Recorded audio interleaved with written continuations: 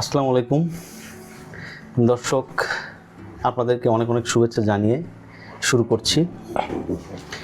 আমার সঙ্গে রয়েছেন আমাদের অত্যন্ত শ্রদ্ধাভাজন শিক্ষক, কবি এবং ঔপন্যাসিক জাহিদ সারোয়ার খান স্যার।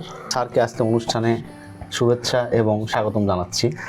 ধন্যবাদ মোস্তানা হাবিব, আমাকে অনুষ্ঠানে আমন্ত্রণ জানানোর জন্য।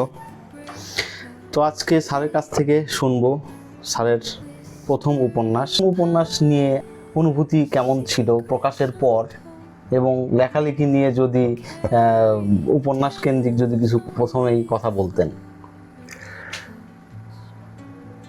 দেখো মোস্তানা, ওইটা অতলতল কালো জল, এটা আমার খুবই আবেগের, কারণ আমার প্রথম উপন্যাস এবং এটার পাঠকপ্রিয়তা খুব বেশি ছিল, এখনও আছে। আমি এটাকে ইংরেজি ভার্সন ট্রান্সলেট করারও চিন্তা করছি। এটা আন্তর্জাতিক বাজারে যেতে হবে, আমাদের দেশের বাজারে বই পড়ার সংখ্যা কমে গেছে। তো অনেকে আমাকে সদুপদেশ দিয়েছেন, এটা সদুপদেশই বটে, যে এটাকে ইংরেজি করেন। তো অতলতল কালো জল এই নামকরণটার ভিতরেই উপন্যাসের গভীরতা আছে। উপন্যাসের নামকরণটা রোমান্টিক, কিন্তু ভেতরে তুমি যখন, তোমার তো পড়া আছে নিশ্চয়ই, যখন ঢুকছো তখন তোমার কাছে এটা বাস্তবধর্মী মনে হবে। ওখানে লড়াই আছে, ফাইট আছে, জীবনে টিকে থাকার লড়াই। প্রত্যেকটা ক্যারেক্টারের ভিতরে জীবনে টিকে থাকার লড়াই আছে। এবং আপনার যে সেন্ট্রাল ক্যারেক্টার জামি, হ্যাঁ জামি, এবং তার পাশাপাশি শক্তিমান দুইটি নারী ক্যারেক্টার, নিহার আছে, নিহার সোহানা, পাশাপাশি আরেকটি ক্যারেক্টার আমাদের চোখে পড়ে মতি। এই ক্যারেক্টারাইজেশন সম্পর্কে যদি দর্শকদের কিছু বলতেন। এটা অনেক বড় প্রেক্ষাপট, কারণ উপন্যাসটা 370 পাতার, প্রায় এত বড় 26 ফরমার উপন্যাস। তো অল্প সময় এরকম ছোট অনুষ্ঠানে বলা যাবে না। জামি ক্যারেক্টারটা মূলত আমি আমার ছাত্রদের জন্য উৎসর্গ করছি। জামি ক্যারেক্টারটা, জামি একটা লড়াকু ছেলে। আমি এটাই চেয়েছিলাম যে আমার স্টুডেন্টরা অনুপ্রাণিত হবে, যে জীবনে প্রতিষ্ঠিত হতে গেলে, ছোট থেকে বড় হতে গেলে কি করতে হয়, কিভাবে করতে হয়। কারণ তোমাকে বড় হতেই হবে, তাহলে তুমি তোমার সম্মান ধরে রাখতে পারবে না। আর মানুষের সবচেয়ে বড় সম্পদই হলো তার সম্ভ্রম, তার সম্মান। তো জামি ক্যারেক্টারের ভিতর দিয়ে আমি আমার একটা ছাত্রকে কল্পনা করেছি, এবং সেই ছাত্রীদের জন্য সোহানা লড়াই কিভাবে করতে হয় সেটা শেখাতে চেয়েছি আর কি। সেজন্য জামি ক্যারেক্টারটা তোমাদের কাছে, আমার মনে হয় তোমাদের কাছে প্রিয়। তুমি তো পড়েছো, তোমার অভিজ্ঞতাও বলতে পারো। জামি আসলেই একটা শিক্ষার্থী, একটি ছায়া। আমরা বলতে পারি যে উপন্যাসে যে দুইটা নারী ক্যারেক্টার রয়েছে, সেই নারী ক্যারেক্টারগুলো বেশ শক্তিশালী, এবং সেখানে আপনি একটি আপার ক্লাস নিয়ে সেখানে আলোচনা করেছেন। যে বিষয়টা আপনার হয়তোবা অনেকের মধ্যবিত্ত বা নিম্ন মধ্যবিত্ত শ্রেণীর ওই স্ট্যাটাস বা ওই লেভেলটা দেখার খুব একটা সৌভাগ্য হয়ে ওঠে নাই, কিন্তু উপন্যাসের মাধ্যমে আমরা যখন জানতে পারি, বা ওই রকম একটা সফিস্টিকেটেড বা ম্যানার বা ওই রকম একটা পরিমণ্ডল আমাদের চোখের সামনে এলিট ক্লাসে, কি আসলে আপনার সুচিন্তিতভাবেই করা, নাকি আসলে মানে উদ্দেশ্যটা কি ছিল, মানে ওই রকম আপার ক্লাস দেখানো এবং সেখানে নারী ক্যারেক্টারগুলোকে অত্যন্ত শক্তিমান হিসেবে দেখানো?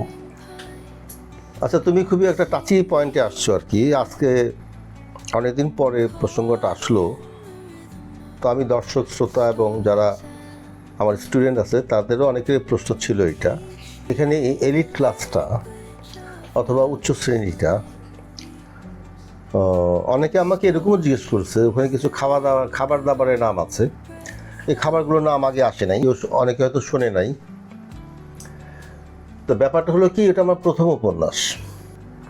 তা একজন লেখকের জন্য সবচেয়ে সুবিধা হয় তার সোসাইটিকে রিপ্রেজেন্ট করা। তা আমি ওগুলোর সাথে পরিচিত ছিলাম, ফলে আমার লেখাটা দ্রুত হয়েছে। প্রথম উপন্যাস তো, এই জন্য আলটিমেটলি আমি যেগুলো চিনি, আমি যে পরিবেশকে চিনি, আমি যে সমাজকে চিনি, সেটাকে তুলে আনতে আমার জন্য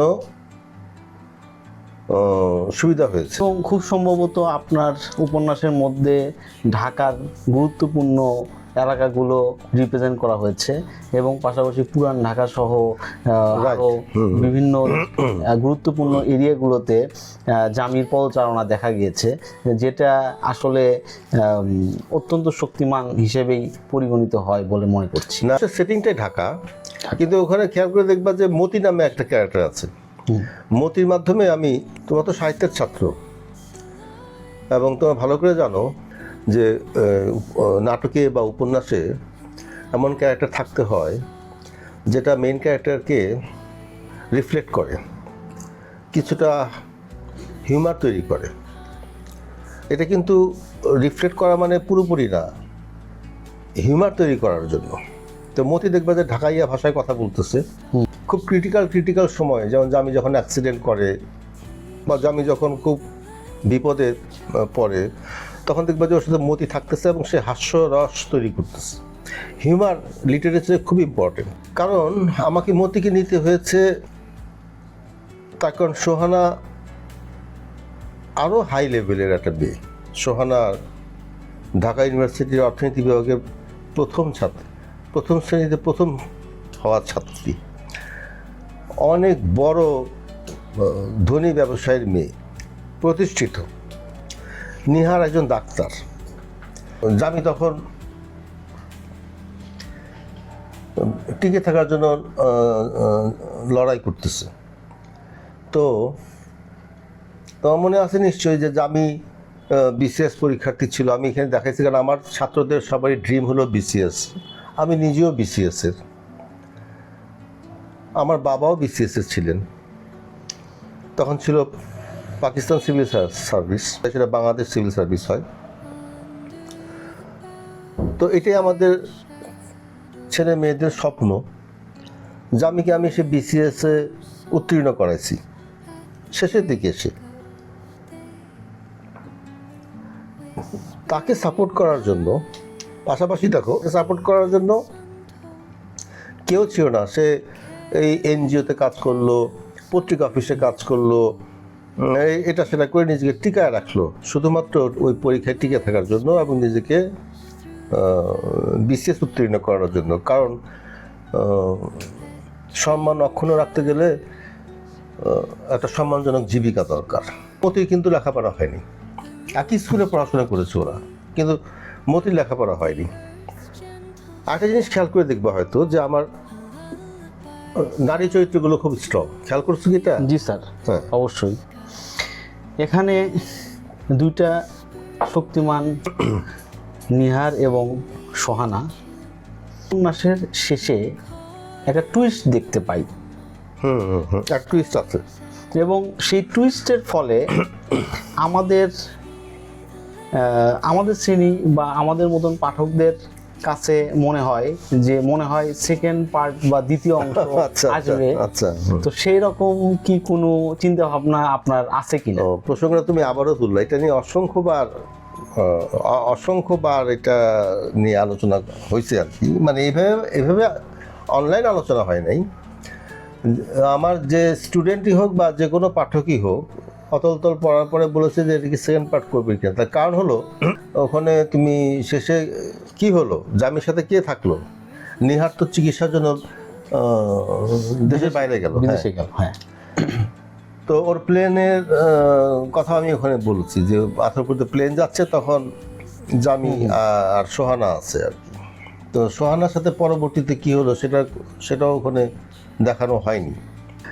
তো এটাকে তুমি ইনকমপ্লিটনেস বলতে পারো, কিন্তু ইনকমপ্লিটনেসও একটা বড় সাহিত্যে দেখা গেছে যে ইনকমপ্লিটনেসের ভিতর থেকে পাঠক খুঁজে নিক না, তার মতো করে খুঁজে নিক। এটাকে পাঠকের স্বাধীনতা আর কি, চিন্তার স্বাধীনতা। কারণটা কি, যে ওখানে জামি, মানে আমার মহিলা ক্যারেক্টারগুলো, নারী চরিত্রগুলো, নিহার অনেক শক্ত। এই সমাজে একটা ডাক্তার মেয়ে, শক্ত মনের, উঁচু সমাজের, পয়সাওয়ালা, সোহানা সে আরও বেশি ধনী, সে মানে she belongs totally the elite class. কিন্তু তার ভিতরে আমি একটা দুঃখবোধ রেখেছি যে ওই যে তার মা চলে গেল, মাকে খুঁজতে। জামির সাথে তার সে যে বড় বড় উপন্যাসে দেখবা যে তোমার ট্রাভেল আছে, যে এখান থেকে ঢাকা থেকে যে চিটাগংয়ে যাওয়ার যে এক্সপিডিশন বলে এগুলাকে, সেগুলো আছে, রোড জার্নি আছে, এগুলো আছে। এ পর্যন্ত আমি এটাই ভেবেছি যে পাঠক কি ভাবতেছে। অনেকেই বলেছে যে এটার সেকেন্ড পার্ট হলে ভালো হতো, কবে নাগাদ আসবে? মানে গল্পটা যেখানে শেষ হয়েছে ঠিক কেন জানি পাঠকের প্রত্যাশা ছিল যে ওখান থেকে মনে হয় আরেকটা পার্টে কিছু একটা নতুন ঘটনা সম্বলিত হয়ে আবার আসবে। হ্যাঁ, কারণ এটা তো আছে আমাদের ইংরেজি সাহিত্যে আছে, বাংলা সাহিত্য অনেক আছে। বাংলা সাহিত্য আমি ইন্ডিয়া এবং বাংলাদেশ সহ বলতেছি, 2 খণ্ড অথবা 3 খণ্ড চাচ্ছি যে এরকম আছে আর কি, যে একাধিক খণ্ডে। খেয়াল করে দেখবা যে ওগুলোর ভিতরে পলিটিক্স আছে, অনেক বড় এরিয়া জুড়ে পলিটিক্স কাজ করতেছে, সমাজ কাজ করতেছে। আমার এই উপন্যাসে আমি রাজনীতিটাকে এখানে আনি নাই, আমি এখানে শুধুমাত্র দেখাইতে চেয়েছি যে আমার একজন ছাত্র বা ছাত্রী কীভাবে বড় হবে, এই পথটা আমি দেখানোর চেষ্টা করেছি। তবে একটা সেকেন্ড পার্ট অনেকে এক্সপেক্ট করেছে। আমি আগে এটার ইংরেজি ভার্সন করার পরে বাকিটা চিন্তা করব আর কি, এখনও সেভাবে কোনো চিন্তা করিনি। দর্শক, আপনারা হয়তোবা আজকে অতল দল কালো জল উপন্যাস নিয়ে অনেক কিছুই শুনলেন এবং আপনাদের মনের মধ্যে লুকানো অনেক উত্তর হয়তো আজকে ঔপন্যাসিক সরাসরি দিয়েছে, যেটা আসলে আপনাদের হয়তোবা প্রত্যাশাও ছিল। এবং আমি বলবো, স্যারকে বিনীত অনুরোধ করব যে স্যার যেন লেখালেখি পরিধি আরও বিস্তৃত হোক এবং পাশাপাশি স্যার যেন আমাদেরকে প্রতি বছরই একটি করে বই উপহার দেয়, যদিও প্রতি বছরই দিচ্ছে। এবং নতুন একটি যে উপন্যাস চলমান রয়েছে সেটা আশা করা যাচ্ছে আগামী বছর আমরা আলোর মুখ দেখব এবং আমাদের হাতে এসে পৌঁছাবে ইনশাআল্লাহ। এবং তার পাশাপাশি স্যার কোরআনের উপর গবেষণা করছেন।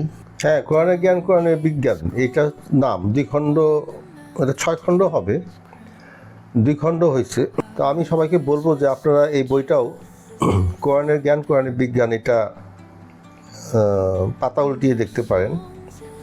এবং আমার যে প্রথম উপন্যাস অতল দল কালো জল,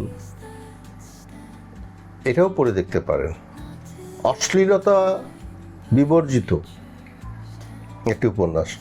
আমি দেখাতে চেয়েছি যে অশ্লীলতা ছাড়া বড় সাহিত্য, বড় লেখা, বড় বই, বড় উপন্যাস হতে পারে কিনা। সেজন্য আপনারা এটা অতল দল কালো জল এটা দেখতে পারেন, কালপ্রহর দেখতে পারেন, মেঘে ঢাকা তিস্তা দেখতে পারেন। জীবনের মেঘে ঢাকা তিস্তাতে জীবনকে খুলে খুলে দেখানো হয়েছে, খুলে খুলে একজন কেরানির জীবনী কতটা কষ্টের হয় সেটা দেখানো হয়েছে। অসম্ভব অভিপ্রায়ের কবিতাগুলো পড়ে দেখতে পারেন।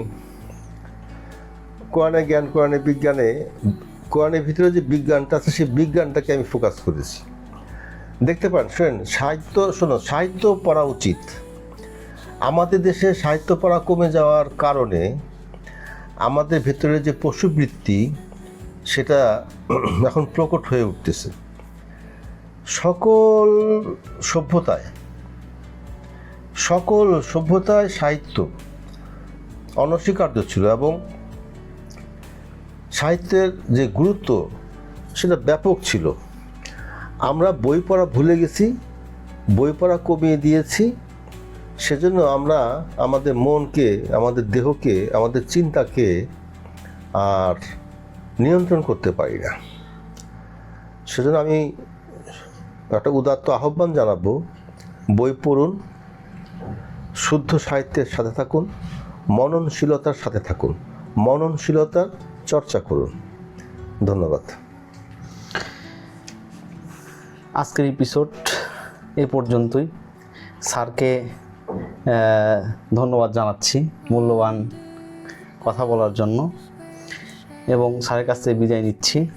এবং সর্বশেষে আমি বলবো, তবুও পড়ুন, ভালো থাকুন। ধন্যবাদ সকলকে। আপনাদের সকলের সুস্বাস্থ্য এবং দীর্ঘায়ু কামনা করছি। আসসালামু আলাইকুম ওয়া রাহমাতুল্লাহি ওয়া বারাকাতুহু। আসসালামু আলাইকুম।